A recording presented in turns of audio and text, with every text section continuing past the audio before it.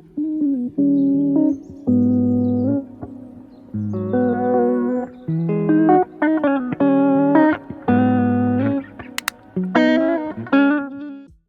and welcome back to my channel. My name is Stacy if you're new here, and if you don't know, I am a Dream Vacations travel advisor and I specialize in Disney cruises and I dabble in all-inclusive resorts.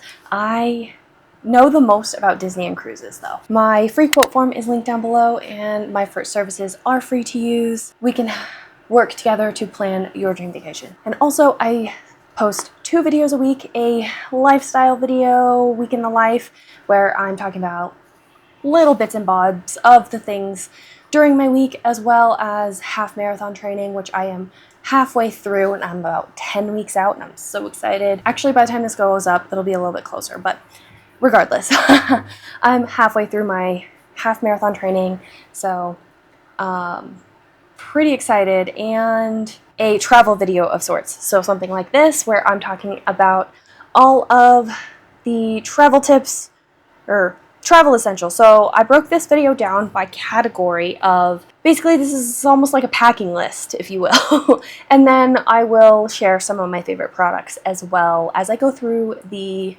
different categories. So I wrote down notes on my iPad. So the first category is documents and essentials. So your passport and or ID, depending on where you're going, and then visas, depending on where you're traveling to. Always make sure you do some research and make sure if you are traveling to a different country that you research whether or not you need a visa to travel there. So Europe requires a specific type of visa for like all travelers, I believe, or at the very least American travelers, and then specific countries within Europe do also require specific types of visas as well. And then of course your boarding pass and tickets, travel insurance, emergency contact list. So you want to know the cruise line number, your hotel number, anything just in case you actually need to contact them.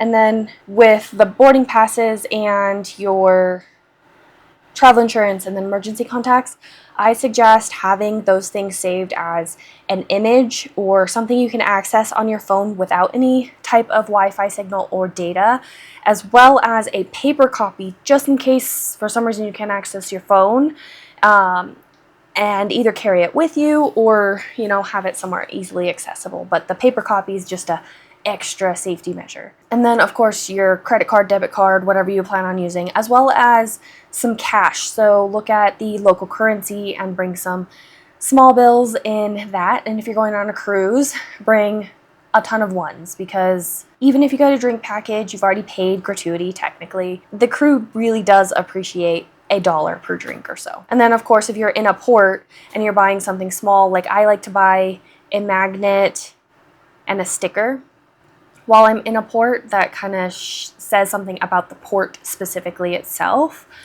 And so maybe I'll bring $10 of the local currency, or if they accept US dollar, I will, you know, obviously just bring the US dollar as well. So yeah, or if you do plan on spending more money in a port, then bring more in the local currency. You could always, in a lot of places, do the exchange there, and any more local ATMs will allow you to utilize your home bank and do the exchange rate there. And then I do highly recommend using a credit card while you travel, but of course if using a credit card isn't something that you're comfortable with, definitely don't. Maybe use a prepaid card just in case and just load like your budget onto it or something like that for your travels. Okay, the next category is luggage and bags. So of course, you know, your suitcase, carry-on, a backpack, a day pack, and those types of things. I have been using Samsonite luggage for a while. I also have a variety of different bags like this Vera Bradley one, which I don't think they make this style anymore. I've had it for years. And then of course, I like packing cubes so that I can keep things organized. I can either separate it by day, by type of clothes, so like all of my activewear in one, maybe my embarkation day for cruises, that type of thing in its own packing cube. And I like the compression packing cubes because you can fill them up and then they zip down a little bit more so that it gets out a little bit more air to make more room in your suitcase as well. And then I like to bring a laundry bag with me, just a very large mesh bag that packs up really small so that I can make sure I have a place to put my dirty clothes so that they're just not scattered all over the place while I am traveling as well. It just helps me keep organized. There we go.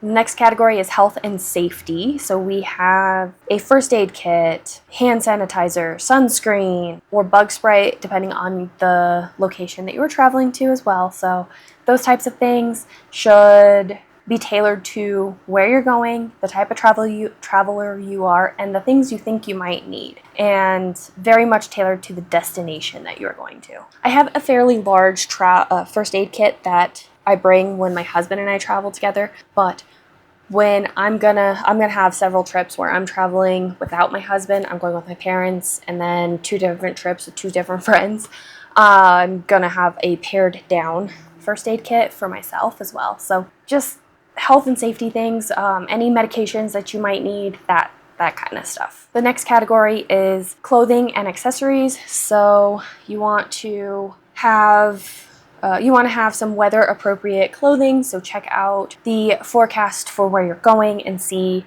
what the weather's going to be like. If you're going to go to a area that might be a little bit cooler at the fall months, then maybe you don't need a ton of shorts, maybe 1 or 2 pairs of shorts, that kind of thing. Just definitely check your weather. I personally like to check the weather a week or so prior to my trip and get an idea of what it might be day by day, and then plan rough outfits depending on the trip. If it's a Disney trip, I might be planning full outfits per day, but other trips I'll plan an idea of, like, I'm gonna wear a t-shirt and shorts a day, and then this specific day it's going to be cooler, so I'm going to wear pants, that kind of thing. So it makes it easier to pack and have the clothing that you need based on where you're going and the climate and temperature. The next thing is wear comfortable walking shoes, because half the time you forget that you might actually be on your feet a lot more than you do in your daily life. And you're like, oh, these shoes are cute. On a recent trip, I brought flip-flops with me, and we were walking around downtown Miami before a cruise. And needless to say, I will not be doing that again. Those flip-flops were not a good walking shoe. So I got some different shoes that'll be good to walk around in different destinations as well, but also functional. But they're very cute too. You also want some type of sleepwear, however that works for you. Swimwear, if it's applicable to your trip. Jacket, layers, depending on your trip. Do you need a rain jacket? Do you need a lightweight jacket? Do you need a long sleeve shirt? That kind of thing, whatever works for you. And then sunglasses, hat, and or a scarf. So if you're going to warm weather, I highly recommend always having some type of hat and sunglasses with you. And then if you're going to a destination that might have more modest clothing requirements, if you're going to tour like certain mosques or something like that, they do require, and even if you're just kind of out in the area, it is nice to respect the local cultures, because you are traveling to their space. So some destinations require women to wear long pants or skirts, so you don't really show much of your legs. And then have your shoulders covered, so at least have some type of sleeve, so like this shirt wouldn't work for that. So just be respectful in the clothing you're bringing based on your destination. So like a scarf is helpful for destinations where maybe it's just certain, like a tour, like a mosque or something that you want to tour, or they have tours for, to allow you to, so that you can do this tour, but maybe just walking around the space, the city, doesn't require to be fully covered, you can have a scarf with you. Have it so that it like covers. Sometimes your hair has to be covered in these sacred spaces as well as your shoulders, so a scarf can be helpful for that as well. A scarf can also be helpful for a makeshift little shawl in case you do get a little chilly, especially on cruises, in some more formal dresses as well. And it can really scarves can also complement the dress as well, be an accessory. And then of course the last thing within this category is jewelry. Everyone travels differently with jewelry. I always bring a ton of jewelry, but I don't change my jewelry a lot in everyday life. I typically leave the same ones on. I usually have my wedding ring on too, but I took it off and then totally forgot to put it back on. Which I should grab here soon. Anyway, yeah, everyone travels differently with jewelry. The next category is toiletries and personal care. So, you know, toothpaste, toothbrush, shampoo, conditioner, deodorant, skincare, whatever that looks like for you. Hair care, whatever that looks like for you, because everyone's hair type is different. Everyone's hair routine, skin routine, all different. Menstrual products, and of course medications as well, over the counter, as well as prescription. And then for toiletries, I really like to have a hanging toiletry bag so that I can just hang my bag up on a hook in the hotel or cruise so that it's easy to just, you know, grab the products I need and then use them, put them back in the bag, and it just lives hanging during my trip, and it doesn't take up counter space because sometimes there's almost no counter space in some hotels and even cruises. The next category is tech and electronics. So of course you want to bring your phone and its charger, a power bank, because we will all inevitably take a million pictures and use up our phone battery. So it's just nice to have that extra power bank so that you can continue to take those lovely photos to remember your trip. And then headphones, whatever that looks like for you, your preference. I really like over-the-ear headphones because I used to actually hate them and I would just force myself to use in-ear ones, but I have learned that my ears are small. My ear canal is small, and most of the in-ear headphones do not sit well in my ear. AirPods fall out constantly. Even just like moving, talking, like my jaw moving will create enough like movement in that area, because if you didn't know, it just naturally moves when you talk and move your jaw. And it'll like slightly continuously make it move and fall out. So I don't like them. And then any open ear ones that sit just on top and then like wrap around never stay, because nothing hardly ever stays around my ear because my ears are small. And yeah, so I have recently learned I like the over-ear headphones, and they're nice because they can be noise canceling. I just bought these Sony ones with a removable ear pad because I also like them for running because they sound really good, but also they do allow me to hear my surroundings, which is really nice. Even without a noise cancellation or a ambient noise setting, it doesn't have that, but it's not so noise canceling that you can't hear your surroundings, so I like them a lot. And the earpieces remove very easily, and I really like that, so that when I do run, get sweaty, I can change them. And then I can have a fresh pair for when I travel. Then you want a power adapter or travel converter of sorts, depending on where you're going. So look up whether or not you're going, say, from the US to Europe. You will need a specific travel adapter, or maybe even two different ones if you're going to the UK, because they have a separate one than what Europe has.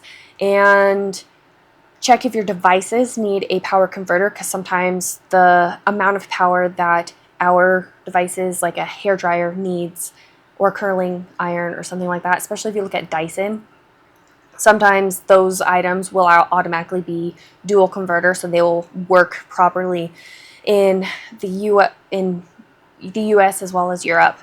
But sometimes you'll need a power converter as well as an adapter. Sometimes you can get a 2-in-1 where it's a converter and adapter as well. Your laptop, tablet, whatever you may need. And also pre-download things. I like to pre-download a bunch of movies on my tablet just in case I feel like watching them while I'm traveling. Sometimes I don't. Usually I want to watch them when I am on a travel day, and that's typically it. Other times maybe at night, depending.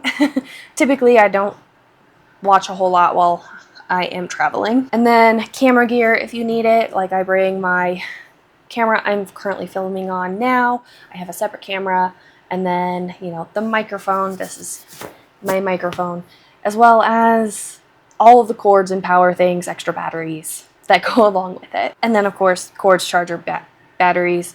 If you have a Kindle, make sure you have, you know, cords, all that stuff downloaded on it so that you can use it. If you don't know if you're gonna have access to Wi-Fi, have books pre-downloaded to it as well. Next category is travel comfort. So this would be a travel pillow or blanket or both, depending on the type of traveler you are or the type of travel you are doing. Next is a reusable water bottle. I highly suggest always having a reusable water bottle of sorts with you, because you never know when you need it, and you should always be hydrated. Just remember to empty it before you go through TSA, and then you can refill it. Most airports have a water bottle refilling station in the airport once you get through security. And then snacks, you can always bring snacks with you. You can bring most foods through. You can bring a sandwich through TSA. I think they just limit the liquids. So like if you bring a salad, the dressing may pool, like you pre-made a salad, may pool in the bottom, and that might get flagged as well. Same with like watermelon. Could produce a lot of liquid in the container. You still have to follow their standard 3 point whatever ounces, 3.4. I always just stick with 3 ounces because majority of the time I don't need more than that anyway. So my brain is just always 3 or less. But I think it's like just like 3.4. It's just over 3. Anyway, you still have to stick with that rule in the bag thingy, because every airport's different, whether or not you have to take out your liquids and all of that. So when it comes to food, make sure it's, you know, not liquidy, and if you want to be on the safe side, something prepackaged like chips or something like that. Then eye masks, earplugs, if that's the kind of thing that you like to bring on your travels. Books or an e-reader, I mentioned that already. It's just some type of travel entertainment. Or download movies on an iPad, that kind of thing. Games or cards.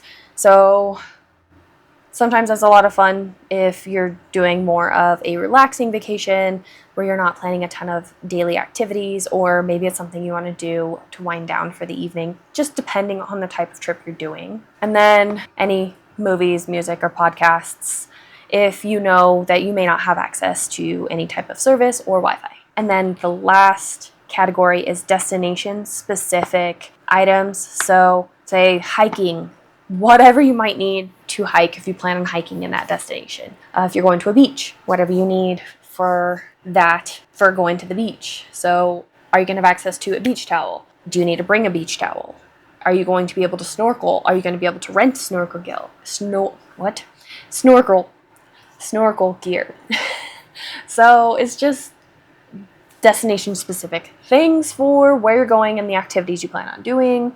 And then of course, like some maps, guides, maybe you Google, at least Apple Maps lets you pre-download certain maps for areas so that you can utilize that offline. And then different guides that you might want to follow. Maybe you got a trip from Get Your Guide or something like that, or you're following an itinerary from somebody kind of showing where you're going, or you just wrote down directions on how to get someplace because that's how you wanted to do it. Those types of things are helpful based on your destination that you're going to and all of that. So that is all of like my basic packing list. And so it's just a very, very generalized list of all the things that you could need to travel with, and are very general. So you can tailor this entire list to your own needs. I do have a more complete packing list. I think I titled the sections just slightly different, but I do have a packing list on my Etsy shop, which I will link down below. For travel, you get a mostly filled out one. I left all of the clothes spaces blank, so you can pick your own clothes, write down your own clothes items, as well as a fully blank one. You'll get that in that too, so I'll link that below. But this is going to conclude this video, so I hope you enjoyed and you got some helpful travel tips. What is your most needed thing for travel? Comment that down below. And thank you so much for watching. I will see you in my next one. Bye, guys.